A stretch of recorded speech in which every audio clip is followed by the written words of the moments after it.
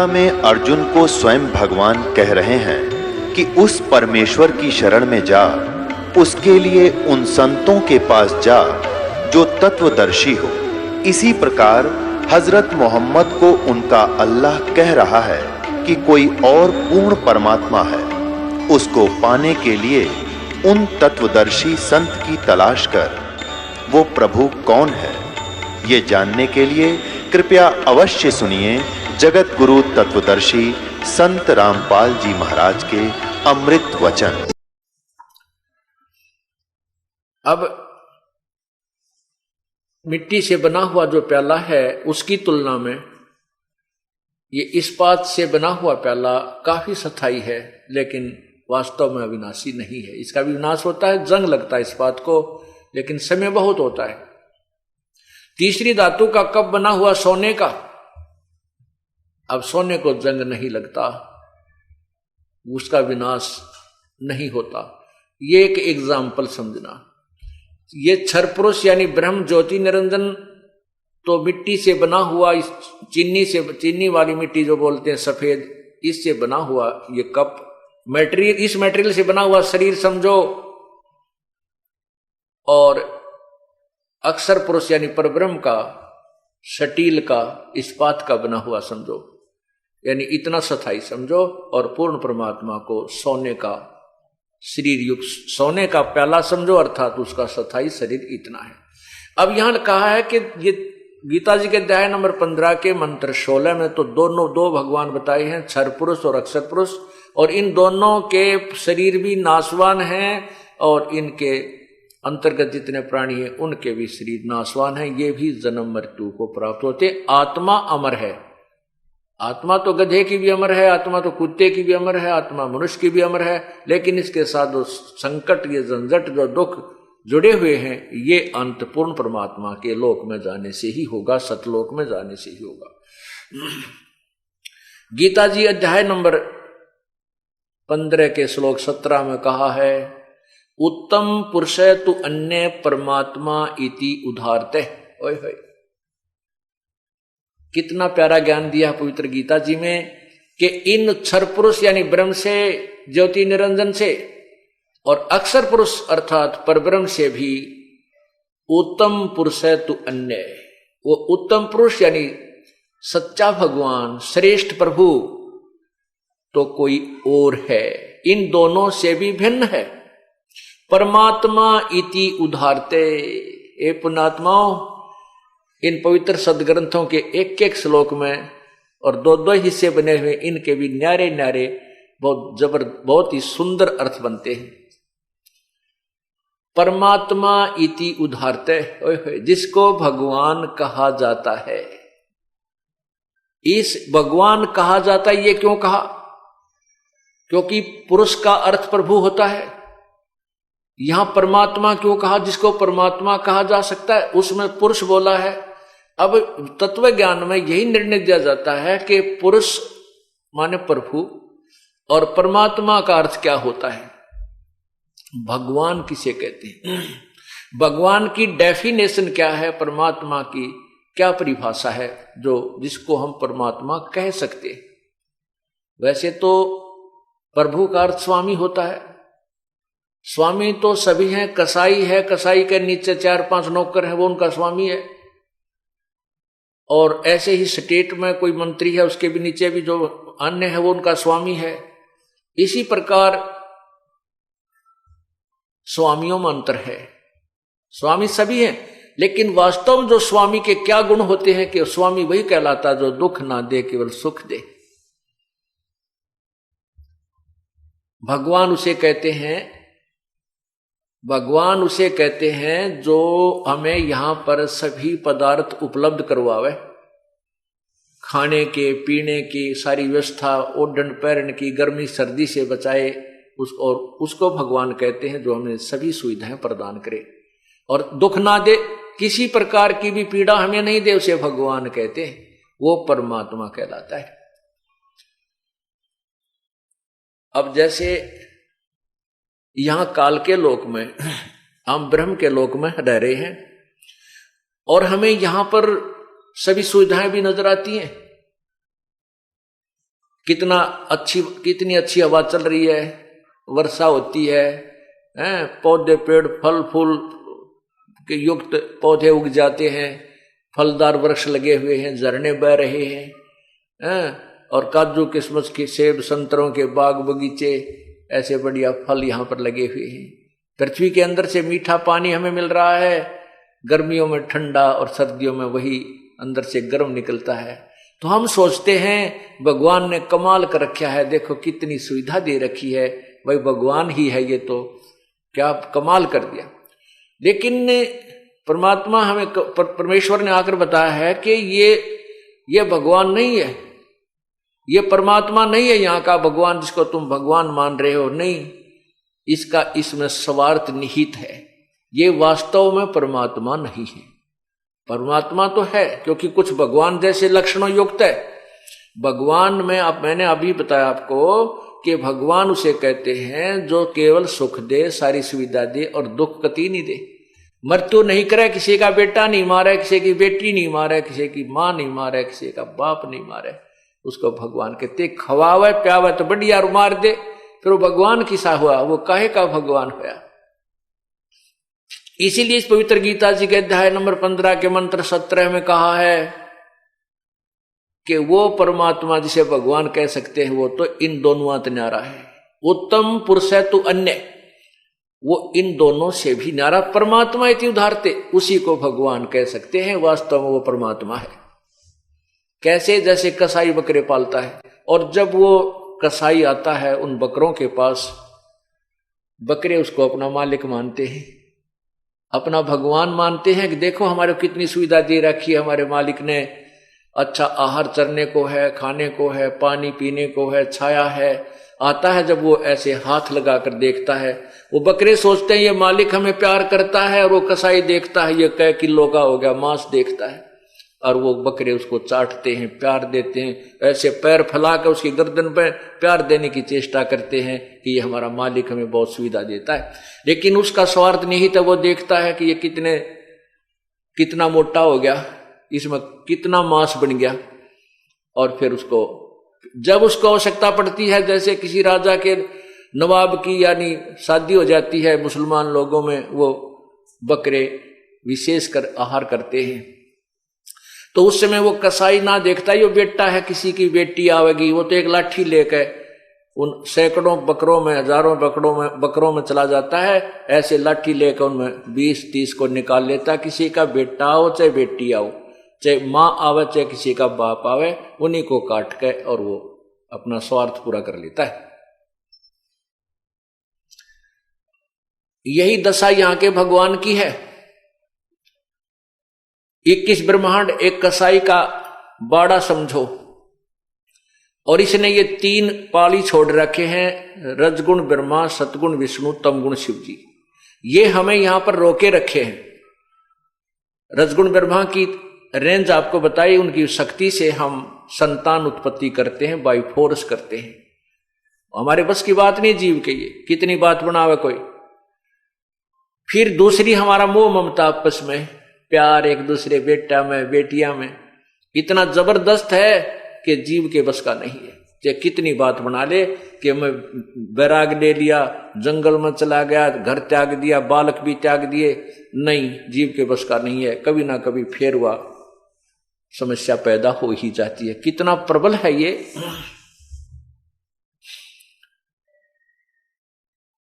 जैसे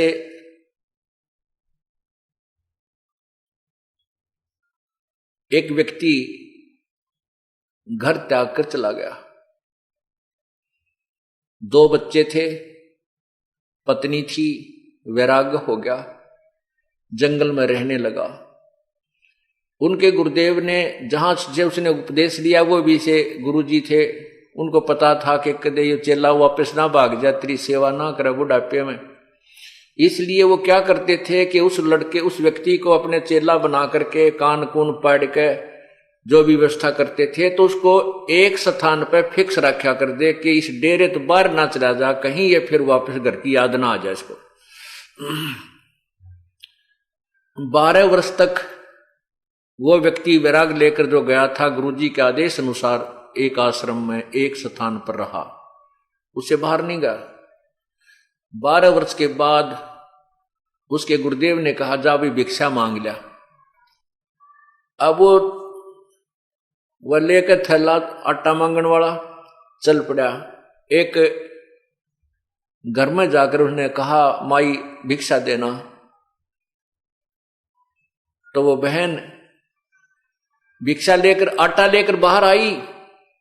एक लड़के को गोदी में ले रखा था, एक लड़का उसका दामन पकड़कर साथ साथ आ रहा था, मां मां कर रहा था। अब वो बाबा जी 12 वर्ष से घर छोड़कर गया हुआ था, तो उसके एकदम वो मन में फिर आ गई बात। उसने सोचा कि तेरे भी छोटे छोटे बालक थे और जिस बच्चों का बाप ना हो वो कैसे पलेंगे। अब ये बहन है, इसके 2 बच्चे हैं, इनका पति ना होता कितने खुआवा प्यावे इनको। तो उसके मन में आ गई बात कि तू तो बड़ा कसाई रहे और तेरे की जुल्म कर दिया तूने, तो छोटे छोटे बच्चा ने छोड़ के आ गया। वह बेचारी दुखी हो रही होगी, क्या हाल होगा तेरे बच्चा का। इस विचार को करके उसने घर चालन की सोची। घर एक बार देख आऊं, घर चालन की सोची कि चल मैं अपने घर जलता हूं। 10-20 कदम गया था, इतने मन में आ गई अरे 12 साल हो लिए पीछा छूट रहा है, तू क्यों बात बिगाड़ा है। लोग तेरी हंसी करेंगे, क्या कहेंगे तेरे को। नो सोच के फिर वापस आश्रम की तरफ चल पड़ा। थोड़ी देर चला था, फिर मन में आ गई कि एक काम कर लेता हूं, दूर से देख आऊंगा, किसी के पहचान में थोड़ा ही आता हूं, यूं देख लूंगा वो किस प्रकार जी रहे हैं या कोई मजदूरी कर रहे हैं किसी की। ये विचार करके वो फिर घर की तरफ चल पड़ा। फिर जाकर के मन में कुछ देर दूर चला था, उस फिर मन में आ गई रे गुरु जी के कहेंगे तन तक काम बिगाड़ दिया, 12 साल की तपस्या तेरी भंग होती है। फिर वापस आश्रम की तरफ चल पड़ा।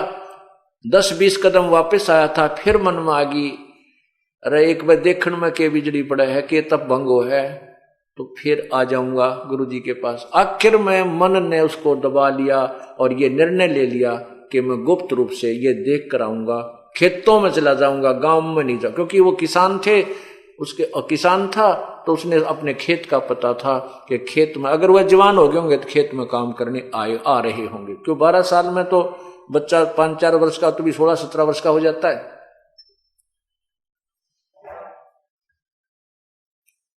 कहने का भाव ये है कि वो बाबा जी दाढ़ी बढ़ा रखी, केस के सिर के केस बड़े बड़े, एक बाबा के रूप में वो अपने खेतों की तरफ चल पड़ा। खेतों में उसकी पत्नी और उसका छोटा भाई अपने अपने खेतों में काम कर रहे थे। उसके छोटे भाई ने देखा, उसने उसकी चाल को और खेतों की तरफ आते हुई धुन को विचार करके अपनी भाभी से कहा कि ये जो आदमी आ रहा है ये मेरा भाई है। उसकी बाबा जी की पत्नी कहने लगी कि क्यों अब मजाक कर रहे हो, ईब की आवाज। 12 वर्ष हो गए उसने घर की याद नहीं आई, अब कैसे आएगा। वो कहने लगा मैं पक्का कह रहा हूं कि ये मेरा भाई है, उसकी चाल बता रही है। फिर वह बोली आ भी, उसकी पत्नी कहने लगी कि वो आ भी गया तो यहां रुके नहीं, इसका फायदा के। तो उसका देवर कहने लगा कि रोक तो मैं दूंगा, एक थोड़ी सी मेरी बात का सहयोग दे दे, इसको रख तो मैं लूंगा यहाँ पे। वह बोली जो तू कहेगा मैं उसी तरह तैयार हूं, बता के करना। वो कहने लगा कि ये तुम्हारे खेत में जो शीशम है, शीशम का वृक्ष है, ये आपके खेत में है 2 फुट और मैं इसने काटूंगा, ऐसे काटने लग जाऊंगा। नो को ये जोर जोर से ऊंची आवाज में कहूंगा कि ये मेरा खेत में है, मैंने पैमाइश करवा रखी है और ये हमारा वृक्ष है, मैं इसने काटूंगा, अपनी दरवाजे की जोड़ी बनवाऊंगा और आप इसका विरोध करना। देखते हैं जब बात बन जाता है। अब वो लेकर कवाड़िया जो हल्के सांस रखा करते हैं उससे उस वृक्ष को काटने लग गया। और वो जोर जोर से जो कहने लगी कि आपको शर्म नहीं आती है, हमारे खेत में देख लो 2 फुट के अंदर ये हमारे खेत में है और आप अपना कह रहे हो इस वृक्ष को। जब उसने बाबा जी ने देखा कि यो के झगड़ा हो रहा है, भाई मेरा है, पत्नी मेरी है, ये किस बात पर झगड़ रहे हैं, उसने फसल के अंदर छुप कर बैठ गया, देखना चाहा, विचार सुनने चाहिए झगड़ा किस बात पे इनका। वो वृक्ष में फसल में छुप के जवार बाजरे बो रखे थे, बैठ कर सुनने लग गया उनकी कहानी। के कहानी है खूब सुनी ध्यान से। वो कह रही थी कि देख सरेआम अंगा कर रहा है, हमारे साथ जबरदस्ती कर रहा है, हमारे खेत में वृक्ष है इसको काट रहा है, तो इसलिए काट रहा है ना कि मेरे सिर पर दड़ी नहीं है। आज तेरा भाई होता तो इसका हाथ नहीं लगा सकता था, तो जबरदस्ती करता है हमारे साथ, तने हमारा सारा लूट लिया, हमारे को उभरने नहीं देता। और वो फिर कहता कि मैं तो काटूंगा, न्योय काटूंगा, कर ले के करेगी। तो फिर बाबा जी बना देखा गया, न्यो बोला रे एकली नहीं है, आ लिया हूं मैं भी। न्यो बोला एकली मत समझना, मैं भी आ गया हूं, और तुम्हारे वृक्ष ने कैसे काट लेगा। अब वो कहने लगा उसका भाई कि बाबा जी तुम्हारे बीच में मत आवे, हमारा घर का मामला है, तू जाता रहना, तुने गढ़ दूंगा। नो बोला रहा मैं बाबा जी नहीं भाई, तेरा यो खेत वाला हूं मैं, इस शीशम वाला हूं मैं। नो बोला मेरा भाई तेरे कैसा बोली बूच नहीं था, उसका दाढ़ी थी न मूछ थी, मैं कैसे मानूं तू भाई है ना, यू गांव मानने कर ले पंचायत। खेत में एक नाई आ रहा था दूसरे किसान के बाल काटने के लिए, उसके पास गया, कहने लगा भाई नाई के मैं वो फलाना आदमी हूं जो बाबा जी बन गया था, और भाई मारा तो नाश कर दिया इस भाई ने, तू मेरी दाढ़ी काट दे और ये बाल काट। तो नाई ने कर दिया 2 मिनट में काम उसका, वह दाढ़ी भी काट दी और मुंड भी मुंड दिया। जब आगे खड़ा हो गया ने बोला देख अब पहचान दे कौन हो रही करूंगा पंचायत। फिर तक कौड़ी भर ली, आइए मेरा भाई, आइए मेरा भाई, भाई गलती होगी कोई बात ना, ये तेरा खेत रहा और या तेरी शीशम रही, माफ कर दे। मैंने पकड़ा दिया, अगले भाई मारिए जोटा एक में काल का लाग रहा हूं दुखी पा। तो कहने का भाव ये है कि वो परमात्मा कबीर जी कहते हैं कि ये जो सतोगुण है इसकी इतनी जबरदस्त पावर है कि इसके अधीन ये जीव ना तक संतान छोड़ सकता, ना संपत्ति त्याग सकता। इतनी जबरदस्त इसके अंदर ममता भर दी जाती है, ये जीव के बस की बात नहीं है। और परमात्मा कहते हैं मन के मारे बन गए बन तज बस्ती मां, कह कबीर मैं क्या करूं ये मन तय माने ना। अब देखो मन कौन है, ये काल है, ये ज्योति निरंजन है, और इसके ज्योति मन के हाथ में ये सब रिमोट है ब्रह्मा विष्णु महेश का, इनको चलाने का और सभी जीवों का। तो ये तो आपको समझाया कि भगवान विष्णु की जो शक्ति है, भगवान विष्णु का जो सतोगुण है, ये हमारे आपस में ममता बनाए रखता है, जिसके कारण हम एक दूसरे से दूर नहीं हो सकते। एक और उदाहरण देता हूं। एक बार मैं वहां छुड़ानी जाते थे, एक आश्रम है छुड़ानी में गरीबदास जी महाराज, जहां पर परमात्मा कबीर जी ने आकर के गरीबदास जी को दर्शन दिए थे, वो उसी गांव में। तो वहां हमारे पूज्य गुरु जी जाते थे, और हम भी उस समय जब गुरु जी वहां जाते थे तो हम भी उनके साथ वहां जाते थे। वहां पर भी ऐसे ही 3 दिन का समागम हुआ करता था, कभी एक दिन का भी होता था। तो वहां कुछ बाबा जी आया करते लाल कपड़े वाले। एक दिन 4-5 जने बैठे बैठे आपस में बतला रहे, बातें कर रहे थे। ये दास भी वहां उनके पास बैठ गया जाकर। जब तक मुझे नाम देने का आदेश नहीं था, ना कोई सत्संग करने का आदेश था, मैं अपना भक्ति करता था और वहां सेवा के लिए अपने गुरुजी के पास जाता था। बैठा बैठा सुन रहा था, तो वो बाबा जी बुजुर्ग से थे, वो आपस में कहने लग रहे, भाई एक कह रहा है दूसरे को कि तू कैसा संत है, तू कैसा बैरागी है, तू अपने घर जाता है और घर वालों को ये भिक्षा के पैसे देकर आता है। वो कहता तू भी तो जाता है, क्यों बातें बनाता है। वो तीसरा इस प्रकार सभी ने आखिर में यह कह दिया, भाई यह तो बस की बात नहीं। एक बात तो है, यदि घर वाले हमने पीट देने फिर तो मुंह हट सके, ना मुंह हटता ही नहीं। यदि बालक हमारी पिटाई कर दे तो मुंह हट सकता है उनसे, ना तो कतई नहीं हटता। भाई महीने 20 दिन में जाने को दिल कर ही जाता है, और 100-200 रुपये होते न सोचा घर वालों को दे आवा। उनमें से एक कहने लगा, भाई मेरे साथ वो काम भी हो लिया और ममता फिर भी नो की नहीं। वो काम करता है कि मेरी पिटाई भी कर ली घर बच्चा ने, और फिर भी दिल नहीं हटता उनसे। आखिर में आज भी याद आते हैं, कदे नुकसान कर दें हैं, कहीं और हानि हो जा, 500-400 रुपये इकट्ठे करता हूं, फिर भी उनको देकर ही आता हूं। तो यहां परमात्मा हमें याद दिलाना चाहते हैं कि ये जीव के बस का नहीं है। ये तो उस परम पिता परमात्मा की वो भक्ति, ये तत्व ज्ञान इनके प्रभाव को निष्क्रिय कर सकता है, डाइल्यूट कर सकता है, और अंत में इसका कति समाप्त करके यहां से सतलोक ले जा सकता है। वो उपचार, वो साधना, ये तत्व ज्ञान के माध्यम से ही आपको बताई जाएगी, और परम संत ही वो भक्ति देता है। और तीसरा जो तमोगुण है, इसके तो आपको पता ही है। जरा सी कवासुनी होती है, भाई न भाई मार देता है, आपस में रिश्तेदारियों की गोलियां चल जाती हैं, और अंत में कोई किसी ना किसी कारण से ये जीव का अंत हो जाता है। यानी क्रोध इतना जबरदस्त हो जाता है कि जीव उसमें नहीं देखता ये तेरा भाई है, तेरा बाप है, तेरी मां है। ये जीव के बस का नहीं, ये तमोगुण यानी भगवान शिव जी की शक्ति का प्रभाव है। अब प्रश्न चल रहा है कि 3 भगवानों का न्यारा न्यारा निर्णय, 3 प्रभुओं का। ब्रह्म ये क्षर पुरुष है, जी किस ब्रह्मांड का मालिक है, और इस एक ब्रह्मांड में ब्रह्मा विष्णु महेश केवल एक एक विभाग के प्रभु हैं, ये भी भगवान है। अब यहां थोड़ी सी परिभाषा आपको प्रभु की बताना चाहता हूं कि प्रभु किसे कहते हैं। प्रभु माने स्वामी, मालिक। अब जैसे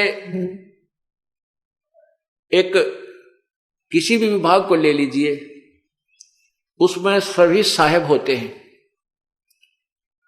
जैसे हौलदार साहब पुलिस विभाग को ले लेते हैं, थानेदार साहब, डीएसपी साहब, एसपी साहब, और फिर आईजी साहब, फिर डीजी साहब, और इनसे ऊपर फिर गृह मंत्री साहब, फिर मुख्यमंत्री साहब, फिर प्रधानमंत्री साहब। यानी हैं तो सारे साहब, यानी स्वामी हैं, मालिक हैं, प्रभु हैं। लेकिन प्रत्येक साहब की, प्रत्येक भगवान की अपनी अपनी न्यारी न्यारी शक्तियां हैं, उनमें शक्ति में अंतर होता चला जाता है। प्रभु यानी साहब सारे हैं, लेकिन साहबों की शक्ति में बहुत अंतर है। इसी प्रकार 3 लोक के साहब यानी 3 लोक के भगवान, एक एक विभागीय मंत्री, ये मंत्री साहब, रजगुण ब्रह्मा भी भगवान, सतगुण विष्णु भी राम, और तमगुण शिव जी भी राम कहो, इसको अल्लाह कहो, खुदा कहो, गॉड कहो, रब कहो, ये भी स्वामी हैं। लेकिन ये इतनी ही पावर के, इतने क्षेत्र के स्वामी हैं। और इनके पिताजी 21 ब्रह्मांड के राम यानी स्वामी, प्रभु, मालिक, परब्रह्म, 7 संख ब्रह्मांड का स्वामी प्रभु राम साहब है।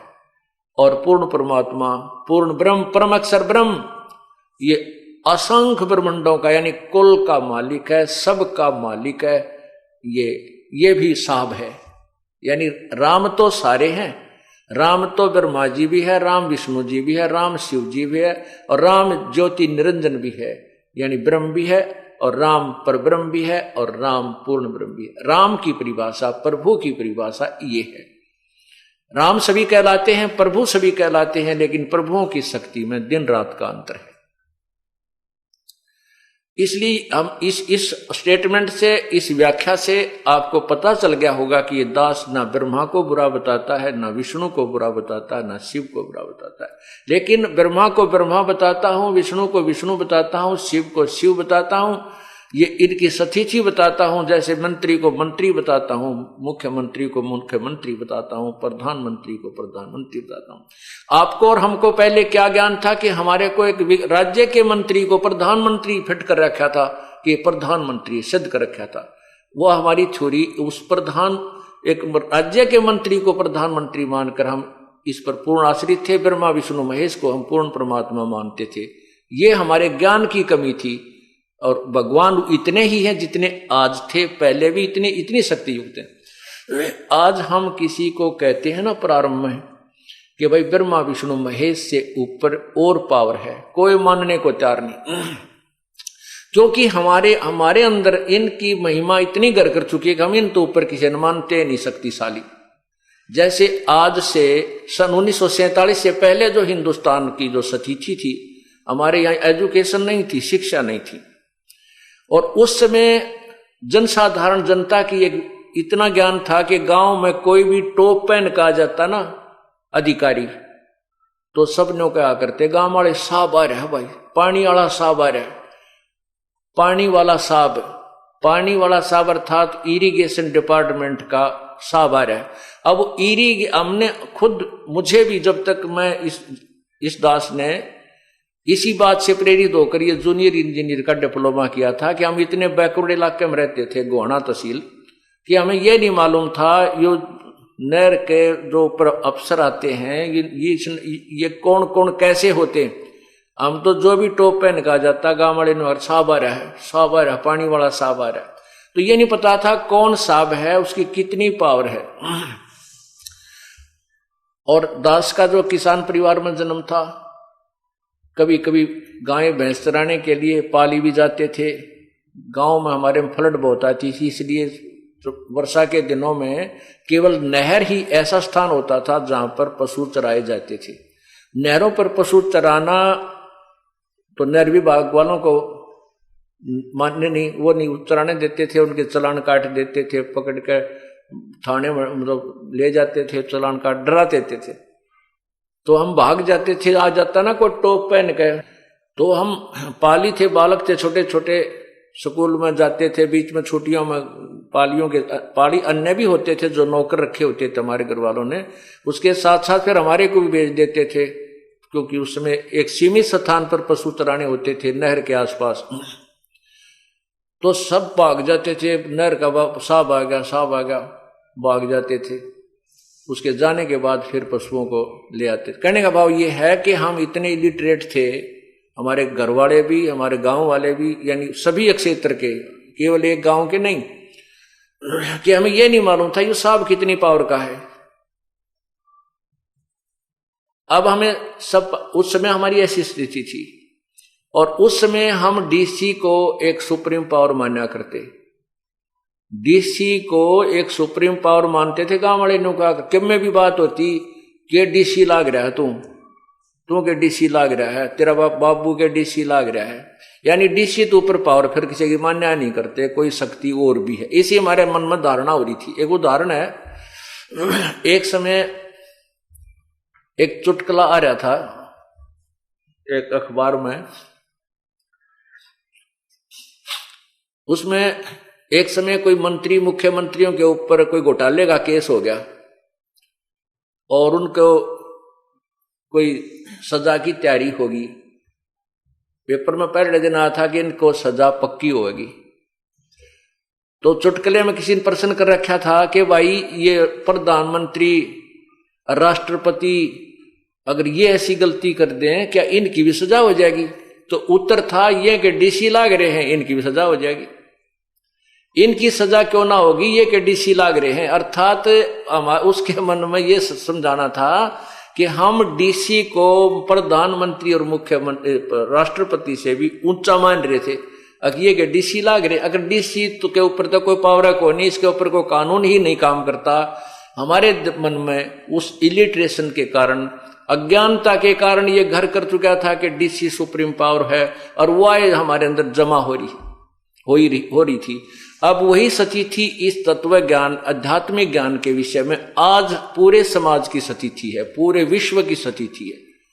हम आध्यात्मिक ज्ञान में इतने इलिटरेट हैं, हमने न्योय ना बेरा भगवान किसे कहते हैं, राम राम, अल्लाह अल्लाह, खुदा खुदा, गॉड गॉड हम कह रहे हैं, हमें ये नहीं मालूम कौन गॉड है, कौन किस गॉड की कितनी पावर है, जबकि हमारे सदग्रंथ सभी गवाही दे रहे हैं। अब इस तत्व ज्ञान से हम शिक्षित हो जाएंगे, आध्यात्मिक ज्ञान से हम परिचित हो जाएंगे। फिर आज हमारे को एसपी की पावर का पता है, आज हमारे को जेई की पावर का पता है, एसडीओ की पावर का पता है, एक्सिन की पावर का पता है, ये कितना साब है, और एससी की पावर का पता है, चीफ इंजीनियर की पावर का पता है, मंत्री की पावर का पता है, प्रधान मुख्यमंत्री की पावर का पता है, और प्रधानमंत्री राष्ट्रपति की पावर का हम पता है, क्योंकि हम शिक्षित हो गए, हमें ज्ञान हो गया। लेकिन ये नहीं है कि ये जेई रिजेक्टेड है या एसडीओ कुछ भी कोई ना, नहीं, अपने अपने स्थान पर सबकी पावर है, और सबसे हमें कार्य जब लेना होगा, हम प्रजा हैं, तो विनम्र भाव से, अधीन्य से और शिष्टाचार से हमने इनसे अपना सारा काम लेना होता है। इसी प्रकार ब्रह्मा विष्णु महेश एक अंग हैं, अधिकारी हैं, हम इनसे बाहर नहीं हो सकते, लेकिन हम इनको सुप्रीम पावर मानकर स्थित थे, ये हमारे ज्ञान की कमी थी। हम उस ज्ञान को उठा रहे हैं, आपको निर्णायक ज्ञान दे रहे हैं, ये भगवान इतने हैं, इतना लाभ ये जरूर देंगे, और वो लाभ इन्हीं से मिलेगा और दे भी नहीं सकते।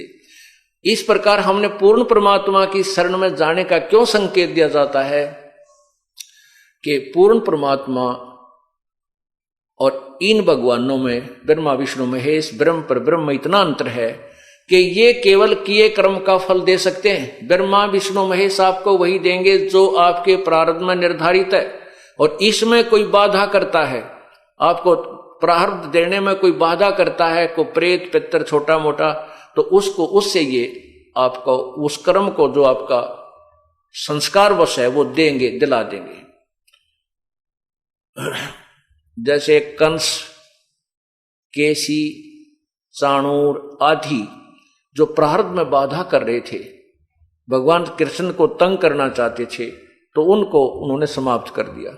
लेकिन समय आने पर भगवान श्री कृष्ण भी स्वयं अपनी जान नहीं बचा सके, एक शिकारी ने उनके पैर में तीर मार दिया और वो भी मृत्यु को प्राप्त हुई। वो प्रारब्ध में जो किए कर्म के अनुसार उन्हें भोगना पड़ा।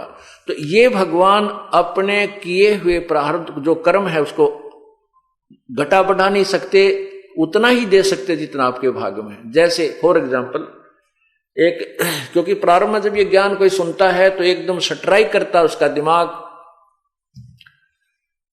तो वो कहता है कि क्या ब्रह्मा विष्णु महेश में शक्ति को ना, ये भी तो भगवान विष्णु भी तो पावरफुल हैं, शक्तिशाली हैं, उन्होंने मोरध्वज के बेटे ताम्रध्वज को आरे से चिरवा कर जीवित कर दिया, उन्होंने उसका जीवन दान दे दिया। आप कैसे कहते हो कि भगवान श्री कृष्ण यानी विष्णु हमारे संस्कार को टाल नहीं सकते, मुर्दे को जीवित कर दिया। देखो जितनी जिसमें पावर है उतनी है, ये कभी आपने नकारा नहीं किया। जैसे भगवान श्री कृष्ण अर्थात विष्णु जी ने राजा मोरध्वज के पुत्र ताम्रध्वज को आरे से चिरवा कर जीवित कर दिया, लेकिन अपने सगे भांजे सुभद्रा पुत्र अभिमन्यु को भगवान श्री कृष्ण जीवित नहीं कर सके, जबकि पांडवों का कुलनाश हो रहा था और कोई संतान भी नहीं थी। ऐसा क्यों?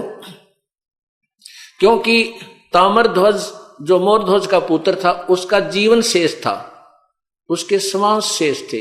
इस शरीर को काट के दोबारा जोड़ देना इन भगवानों के बाएं हाथ का खेल है, लेकिन ये आयु नहीं बढ़ा सकते, ये प्रारब्ध में परिवर्तन नहीं कर सकते।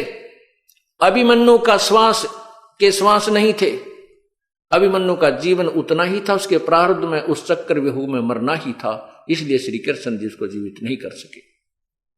अब आपको पूर्ण परमात्मा के विषय में बताऊंगा।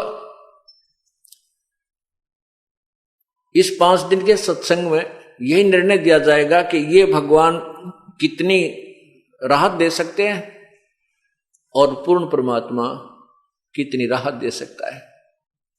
पूर्ण परमात्मा यानी परम अक्षर ब्रह्म, वो हमारे संस्कार में भी यदि हमारा जीवन शेष नहीं है तो भी वो हमारी आयु को बढ़ा सकते हैं। एक नहीं कई दर्जनों प्रमाण आपके समक्ष रखे जाएंगे। जो पहले परमात्मा स्वयं आए थे उस समय जो उन्होंने किया था, और अब वर्तमान में वही शक्ति, वही पावर आज काम कर रही है इस दास के माध्यम से। वर्तमान के कितने भक्तों को जीवन दान दिया, एक्सटेंशन ऑफ लाइफ की उस पूर्ण परमात्मा परम अक्षर ब्रह्म ने, वो भी आपको ज्ञान बताया जाएगा, आपके समक्ष उदाहरण रखे जाएंगे।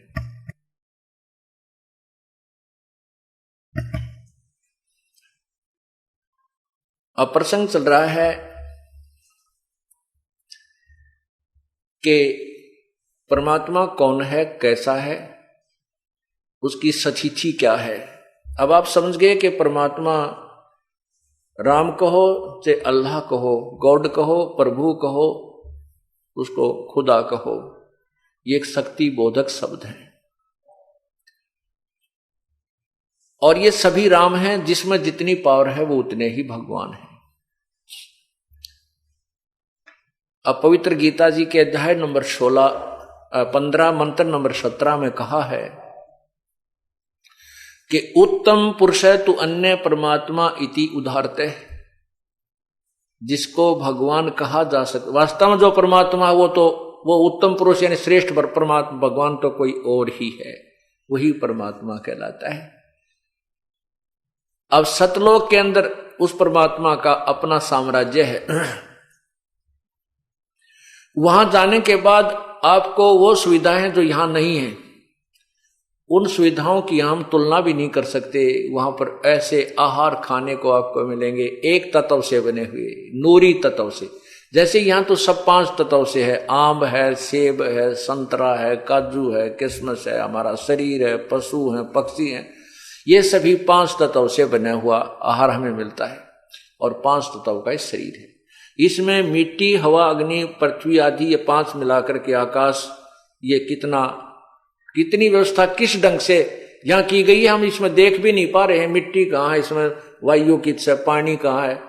इसी प्रकार नूर एक तत्व है, उस एक तत्व से एक तेज से हमारे को वहां शरीर भी मिलेगा और उसी नूरी एक तत्व के वहां पर सब आहार मिलेंगे। यहां से सुंदर सेब संतरे होंगे, काजू किशमिश और मीठा आहार होगा। वहां अमृत शब्द हमने सुना है। अमृत यानी अति स्वादिष्ट पेय पदार्थ, अति स्वादिष्ट आहार, उसको अमृत कहते हैं। अमृत जैसा मीठा है। तो वो तो टेस्ट भी नहीं है यहां पर। देखो मीठा तो आम तकरीबन सारे होते हैं, लेकिन उनमें भी छांटा जाता है कि लंगड़ा घना मीठा है, कि देसौरी घना मीठा है, यानी उनमें स्वादिष्ट तामा अंतर आता है। इसी प्रकार पूर्ण परमात्मा के लोक में वो यथार्थ आहार हमें प्राप्त होंगे। वहां वो परमात्मा है, वो हमें सुख ही सुख देता है, हमें भोग्य पदार्थ देता है, भगवान कहलाता है। जो हमें खाने के पदार्थ यानी भोग पदार्थ प्रदान करवा, उसको भगवान कहते हैं। तो वो परमात्मा सतलोक में हमें केवल सुख ही सुख देता है, हमें सारी सुविधा देता है। ना बेटा मारे, ना बेटी मारे, ना किसी का कोई घर छुटे, ना फ्लड आवे, वो पूर्ण सुख ही सुख देता है, सभी सुविधाएं देता है। भगवान वास्तव में उसे कहते हैं जो मारे नहीं, जिसको किसी को दुख नहीं दे, किसी प्रकार की पीड़ा ना करे दे, उसको परमात्मा कहते हैं। अब परमात्मा ये भी है, जैसे आपको उदाहरण दिया, कसाई भी मालिक होता है कुछ नौकरों के ऊपर और बकरे भी पालता है, वो भी उन बकरों का मालिक है, लेकिन वो मालिक वास्तव मालिक नहीं है। मालिक वाले गुण नहीं है उसमें, प्रभु वाले गुण, परमात्मा वाले गुण नहीं हो, तो स्वार्थ फिर नहीं देखता, उसमें रहम नहीं है। और सतलोक में सतपुरुष जो है वो वास्तव में परमात्मा है, उसमें दया ही दया है, वो दुख नहीं देता। इसलिए कहा कि वो उसको परमात्मा इति उदाहरते, उसको बस एक वो है भगवान परमात्मा कहा जाता है। यह त्रिलोक में जो तीनों लोकों में अविश्य प्रवेश करके विभर्ती सबका पालन पोषण करता है। यह लोक त्र में तीनों लोकों में विभर्ती प्रवेश करके और सबका पालन पोषण करता है। अविश्य सब में प्रवेश करके सबका पालन पोषण करता है। अविनाशी ईश्वर है, वो अविनाशी ईश्वर है, वास्तव में वो अविनाशी परमात्मा है। तो इस प्रकार हमने इस तत्व ज्ञान को समझना है। इसलिए गीता जी के ज्ञान को हमें समझना होगा। सदग्रंथ वही है, गीता जी वही है, चारों वेद वही है, परमेश्वर का सब संवेद यानी कबीर वाणी ये भी वही है। आज तक न तो इन वेदों को कोई समझ सका, न ही गीता जी को कोई समझ सका। 5500 वर्ष हो गए हैं इस पवित्र गीता जी के रिटर्न कार्य होने को हुआ है, और आज तक इसके अनुवादकर्ताओं ने गुड़ गोबर कर रखा है। किसी ने भी पवित्र गीता जी के ज्ञान को नहीं समझा और न ही इसका यथार्थ अनुवाद वो कर सके। आज इस दास ने उसका यथार्थ अनुवाद आपके समक्ष पेश किया है, और जिसको एक गहरी नजर गीता नामक पुस्तक में अनुवादित करके, ज्यों क्या तो ट्रांसलेशन, गीता वही है, मूल ज्ञान वही है, उसका ट्रांसलेशन दास ने किया है।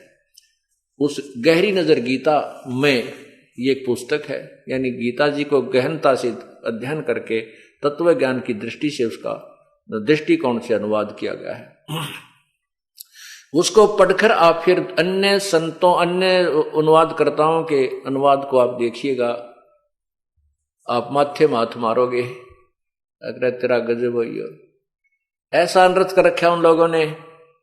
गीता जी के अध्याय नंबर 18 के मंत्र 16 में 66 में, गीता अध्याय नंबर 18 श्लोक 16 में लिखा है, गीता ज्ञान दाता भगवान कहता है कि मेरे लेवल की जो साधना तूने की है, जो मेरे लेवल की साधना होती है, मेरे सत्तर की साधना को मुझ में त्याग कर उस परम अक्षर ब्रह्म परमात्मा की शरण में जा, और फिर मैं तुझे सर्व पापों से मोक्ष कर दूंगा, तू चिंता मत कर।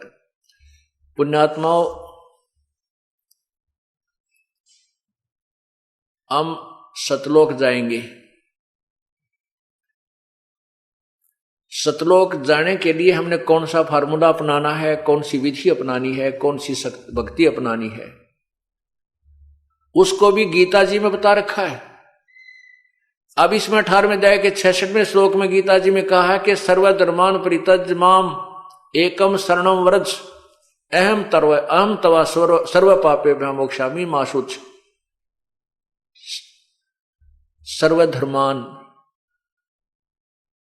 सर्वधर्मान परित्यज, मेरे लेवल की सभी धार्मिक पूजाओं को मुझ में त्याग कर, मेरे को देकर, एकम शरणम व्रज। एकम माने जिसके बराबर दूसरा ना हो, अद्वितीय परमात्मा, उसकी तुलना में कोई नहीं है, परम अक्षर ब्रह्म। जैसे गीता जी के अध्याय नंबर 8 के मंत्र 3 में खुद गीता ज्ञानदाता प्रभु कह रहा है कि वो परम अक्षर ब्रह्म है, और 8वें अध्याय के ही 8, 9, 10 श्लोक में कहा है कि उस परमात्मा की भक्ति करता हुआ जो अंत समय में शरीर छोड़कर जाता है तो उसी को प्राप्त हो जाता, उस देव परम पुरुष को प्रकाश होता है, जो प्राप्त होता है, जो सूर्य की तरह तेजो में है। 8वें अध्याय के 7वें और 5वें श्लोक में अपने बारे में कह रहा है कि मेरी साधना करता है वो मुझे प्राप्त होता है। 8वें अध्याय के 13वें श्लोक में लिखा है कि मेरा एक ओम नाम है, मेरा एक ओम नाम, ओम अक्षर है मुझ ब्रह्म का, उसको जो अंतिम सांस तक जाप करता छोड़ के जाता है, शरीर त्याग कर जाता है, तो अंत समय में मुझे प्राप्त होता है। उस परमात्मा की शरण में जाने के लिए क्या संकेत किया कि तत्वदर्शी संतों की खोज करो, फिर वो तत्वदर्शी संत तुम्हें जो ज्ञान बताएं उस विधि से साधना कीजिए, फिर उस परम पिता परमात्मा को प्राप्त हो जाओगे। उसके लिए फिर क्या बता संकेत दिया गीता जी में, गीता ज्ञानदाता ने 17वें अध्याय के 23वें श्लोक में क्या लिखा कि ओम तत्सत, ओम तत्सत, ओम तत्सत ये एक मंत्र है ब्रह्मणे। ओम तत्सत ये त्रिविध समर्थ है, ब्रह्मण है त्रिविध समर्थ है, उस पूर्ण परमात्मा, ब्रह्मण माने पूर्ण परमात्मा, जो गीता जी ज्ञानदाता से अलग कोई प्रभु है, परम अक्षर ब्रह्म। उस परम अक्षर ब्रह्म की भक्ति के लिए 3 मंत्र का जाप है, ओम तत्सत। ओम तो अपना बता दिया 8वें अध्याय के 13वें श्लोक में कि मेरा नुज ब्रह्म का तो केवल एक ओम मंत्र है, जो गीता ज्ञान दाता कह रहा है, उसका अंतिम सांस तक जाप करेगा तो मुझे प्राप्त होगा। उस परमात्मा के पाने का ये 3 मंत्र का जाप है। ओम तत्सत, ओम ब्रह्म का है और तत् ये परब्रह्म का, तत् सांकेतिक है, ये तत् नहीं, सतपूर्ण ब्रह्म का है, परम अक्षर ब्रह्म का। ये तत् और सत गीता जी में गुप्त रखे, सांकेतिक है, ये गीता ज्ञानदाता को पता नहीं। इसके लिए तो कहा कि उस तत्वदर्शी संत की खोज कर वो बताओगा तीनों मंत्रों के गुप्त रहस्य को। फिर जैसे वो उसकी उस 3 मंत्र का जाप है और उसकी मंत्र की जाप की विधि भी 3 प्रकार की है। ओम तत्सत इति ब्रह्मणे तिर्वद समर्थ है। ओम तत्सत जो है ये 3 मंत्र का जाप है और ये पूर्ण परमात्मा का, इसकी 3 प्रकार की विधि सिमरण करने की है। जैसे ये दास आपको बताता है, सतनाम में 2 मंत्र होते हैं, एक ओम होता है, एक तत् गुप्त है। उस 2 अक्षर के मंत्र से एक सतनाम बनता है। ये कई पंथ हमने देखे हैं, वो कहते हैं सतनाम सतनाम ऐसे जाप कर लो, 5 नाम देते हैं, उन 5 नामों में एक सतनाम भी दे रखा है, सतनाम सतनाम करने का। ये सतनाम जाप नहीं है, वो सतनाम 2 अक्षर का मंत्र है, ओम और तत्। तत् एक सांकेतिक शब्द अक्षर है, वो दास बताएगा केवल उपदेशी को। तो उस 2 अक्षर के मंत्र को सतनाम कहते हैं। और तीसरा मंत्र और है, वो सारनाम कहलाता है, वो पूर्ण परमात्मा की प्राप्ति का है। तो यहां जो गीता जी अध्याय नंबर 18 के मंत्र 66 में जो कहा है गीता ज्ञानदाता ने कि सर्वधर्मान परित्यज माम एकम शरणम व्रज, मेरे लेवल की जितनी धार्मिक पूजाएं हैं, जैसे हम यज्ञ करते हैं, धर्म करते हैं, ये 5 यज्ञ करते हैं, ओम नाम का जाप जो आपको दिया जाता है सतनाम के साथ में, तो ये परब्रह्म, ये ब्रह्म की पूजा है, साधना है। तो इस साधना करके हमने सतलोक जाना है, और इसका जो हमारे ऊपर कर्जा है ब्रह्म का, इसके लोक में हम रह रहे हैं, इसको, इसकी पूजा, ओम नाम का जाप और ये यज्ञ धर्म इसी को दे देंगे। ये हम क्या करते रहे अभी तक, जो भी ओम नाम का जाप हमने किया, यह गवन किया, उस स्वर्ग में महास्वर्ग में खा के खर्च करके उस होटल में अपनी पूंजी समाप्त करके फिर 84 लाख यूनिया आ जाते, हम कंगाल के कंगाल रह गए और ये हमें बाहर नहीं जाने देता। अभी इसने विधि बता दी है, जैतने उस परमात्मा की शरण में जाना है तो मेरे लेवल की जो पूजा वह करनी पड़ेगी साधना, और मेरे को छोड़ जाना। फिर मैं तुझे गधे कुत्ते सुअर नरक में नहीं डालूंगा, मैं तुझे इन जो पाप तेरे ऊपर बने हुए इनसे मोक्ष कर दूंगा, मेरा कर्जा दे दे, मैं तुझे बंधन मुक्त कर दूंगा, वैसे नहीं करूंगा। मेरे लेवल की जो पूजा है, सर्वधर्मान परित्यज माम, मेरे लेवल की सब पूजाएं मुझे देकर एकम शरणम व्रज, एकम जिसके बराबर दूसरा ना हो, अद्वितीय परमात्मा की शरण में व्रज माने जा। गीता ज्ञान दाता तो कह रहा है कि उसकी शरण में जा, और गीता जी के अनुवादकर्ताओं ने व्रज का अर्थ कर दिया आजा, मेरे पूजाओं को मेरे में छोड़कर मेरी शरण में आ जा। अरे भले आदमी, अर्जुन उसकी शरण में पहले था ना ही, आण की कसर रहेगी। वो तो खुद कहता मैं तेरी शरण हूं, मैं तेरा शिष्य हूं, तो मुझे जो से कहेगा नहीं कर लूंगा, मुझे यथार्थ ज्ञान दे दे। अब इन गीता ज्ञान दाताओं ने कति गलत अनुवाद कर रखा है, गीता ज्ञान अनुवाद करने वालों ने कति गलत अनुवाद कर रखा है वर्ज का अर्थ, और आना लिख रखा है जबकि जाना होता। गो अंग्रेजी वर्ड है गो, उसका अर्थ जाना होता है, और गो का अर्थ कोई आना करता है वो मूर्ख है, वो परिचित नहीं है उस शब्द के अर्थ से। और ऐसे अनुवाद हमारे गीता जी के अनुवाद करता थे, ऐसे अनुवाद किए हैं, वर्ज माने जाना, यानी गो माने जाना का अर्थ आना कर रखा है। अरे थारे बलाओ थरा, और बड़े आचार्य यार मैं ऋषि पता नहीं के पदवी पाएगे, क्यों? अंधा में अंधे हाथ पकड़ रहे थे, अंधे की बागई अंधे ने मारे कौन बतासी। तो वर्ज माने जाना होता है। आप उठाकर देख लीजिए गीता जी के आज तक के जितने अनुवाद करता है सबने आना किया हुआ है। तो फिर ये कहता है कि जब तू मेरे जो ओम नाम का जाप और ये साधना मुझे दे देगा, मेरा धन मेरा, तो फिर मैं तुझे सर्व पापे भा मोक्षामि मां शुच, मैं तुझे सब पापों से मुक्त कर दूंगा, तू चिंता मत करे। तो पुण्यात्मा, इस प्रकार हमने इस तत्व ज्ञान को समझना है। और ये तत्व ज्ञान कैसा बताया है? और ज्ञान सब ज्ञानड़ी, कबीर ज्ञान सो ज्ञान, जैसे गोला तोब का इब करता चले मैदान। ये तत्व ज्ञान एक बार इस जनसाधारण बुद्धिमान लोगों के पास पहुंच गया, पूरे विश्व में जय जयकार हो जाएगी कबीर परमात्मा की, क्योंकि हम सब एक पिता की संतान हैं। ना कोई हिंदू अलग है, ना कोई मुसलमान न्यारा है, ना कोई सिख भिन्न है, ना कोई ईसाई अलग है। हम एक पिता की संतान हैं।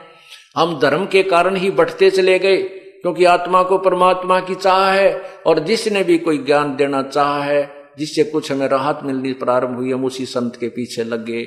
उसी के अनुयायियों को फिर अलग से नाम रख दिया गया। किसी के अनुयायियों को मुसलमान कहने लगे, किसी के अनुयायियों को ईसाई कहने लगे, जैसे किसी के अनुयायियों को और दूसरा नाम धर दिया, हिंदू कहने लगे, सिख कहने लगे। हम एक ही वर्ग के व्यक्ति थे, और हम ही में से उस संत के साथ लग गए, उनको अलग कहने लगे। जैसे अब कुछ एक को कहते हैं ये राधा स्वामी वाले हैं, ये धन धन सतगुरु वाले हैं। वो हैं कौन? वो अपने भाई बहन हैं, अपने रिश्तेदार हैं, अपने हिंदू समाज या सिख समाज से उसमें गए हुए हैं। कुछ दिनों में ये धन धन सतगुरु न्यारा मजहब बन जाएगा, राधा स्वामी न्यारा धर्म बन जाएगा। वो आदमी एक हैं, आत्मा वही है, एक ही पिता की है। इसी प्रकार मुसलमान भी वही बने जो हमारी एक ही जनता थी, उसमें से हिंदुओं से ईसाई बन गए, ईसाइयों से फिर मुसलमान अलग और धर्म बन गया। इस प्रकार हिंदुओं से ही फिर आगे सिख बन गए। आप पूर्ण इतिहास उठाकर देखो पुराने अपना, ये सभी हम एक हिंदू थे। हिंदुओं में से जैसे गुरु नानक देव जी ने आकर के परमात्मा ने आकर के गुरु नानक देव जी को अपना सौधाम दिखाया, कबीर जी ने। उसके बाद नानक जी हिंदू साधना करते थे, हिंदू थे, गीता जी का पाठ करते थे, ब्रजलाल पांडे से गीता पढ़ा करते थे। लेकिन वो ब्रजलाल पांडे ने गीता उल्टी पढ़ा रखी थी। तब परमात्मा ने आकर कबीर जी ने श्री नानक जी को यही सीधा ज्ञान पढ़ा, गीता जी का जो दास पढ़ा रहा है, तो उस पुण्यात्मा की बात समझ में आ गई। तो उन्होंने फिर उस गीता जी में 5 श्लोक सेलेक्ट कर लिए। गुरु नानक देव जी ने गीता जी के 5 श्लोक सिलेक्ट कर लिए, चुन लिए। उसको 7 श्लोक, उसको शपथ श्लोक की गीता कहने लगे। और इन 7 श्लोकों का उत्तर प्रश्न, 7 श्लोकों का उत्तर वो उन पांडवों से पूछने लगे जो विद्वान कहलाते थे, मंडलेश्वर, महामंडलेश्वर। वो 7 श्लोक कौन कौन से थे? वो तत्ब्रह्म कौन है, गीता जी का ज्ञान किसने दिया है, इस तरह ये 7 श्लोक इसमें छांट लिए कि वो 15वें अध्याय के 17वें श्लोक में वो परमात्मा कौन है जो सबसे उत्तम है, जो गीता ज्ञानदाता से भी अलग है। तो इन बातों का उत्तर, गुरु नानक देव जी के प्रश्नों का उत्तर उन पंडितों के पास नहीं था, पंडितों के पास नहीं था। तो उसके बाद यथार्थ ज्ञान को समझकर कुछ अनुयायी हो गए इन हिंदुओं में से ही श्री नानक साहिब के।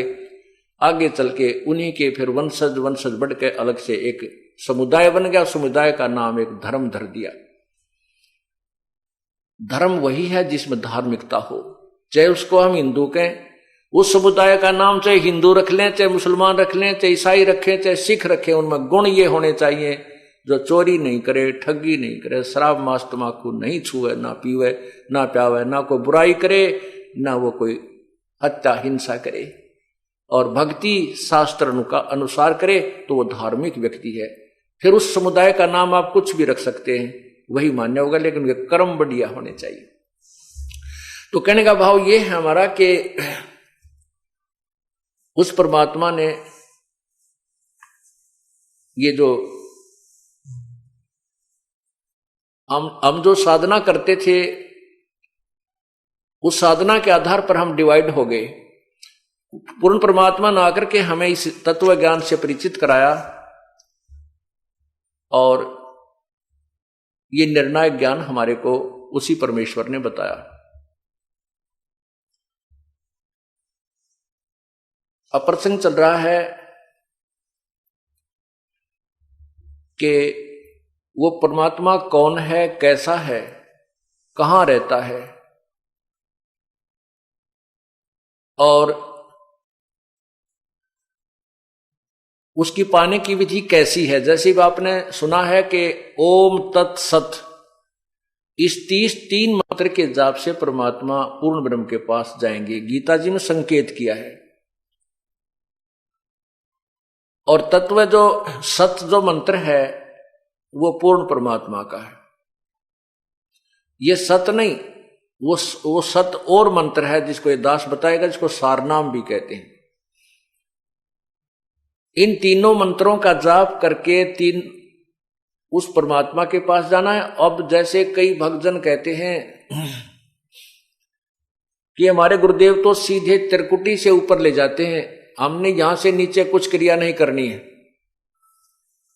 हमारे शरीर में कमल बने हुए हैं, रीढ़ की हड्डी के अंदर की तरफ, बैकबोन के अंदर की साइड में हमारे कमल बने हैं। मूल कमल जो गुदा से, रीढ़ की हड्डी गुदा के पास जाके समाप्त हो जाती है, इस अंदर की तरफ रीढ़ की हड्डी के 2 उंगल अंदर ऊपर एक मूल कमल है जिसमें गणेश जी का वास है। उससे 2 उंगल ऊपर, थोड़ा सा ऊपर जो है स्वाद चक्र है जिसमें सावित्री और ब्रह्मा जी का वास है। जो रजोगुण प्रधान देवता हैं ब्रह्मा जी, वो स्वाद चक्र में है, जो जिससे प्रजनन क्रिया होती है, जिससे उत्पत्ति होती है, सेक्सुअल सिस्टम जिससे कंट्रोल्ड होता है। उसके बाद नाभि कमल है, इसमें विष्णु भगवान और लक्ष्मी जी का वास है। उसके ऊपर फिर हृदय कमल है, हृदय कमल में भगवान शिव और पार्वती का वास है जो तमोगुण युक्त है, और कंठ कमल में दुर्गा का वास है। अब हमने उसके बाद त्रिकुटी स्थान मिलेगा। त्रिकुटी क्या है? एक इंटरनेशनल एयरपोर्ट समझो, इंटरनेशनल एयरपोर्ट, अंतरराष्ट्रीय हवाई अड्डा।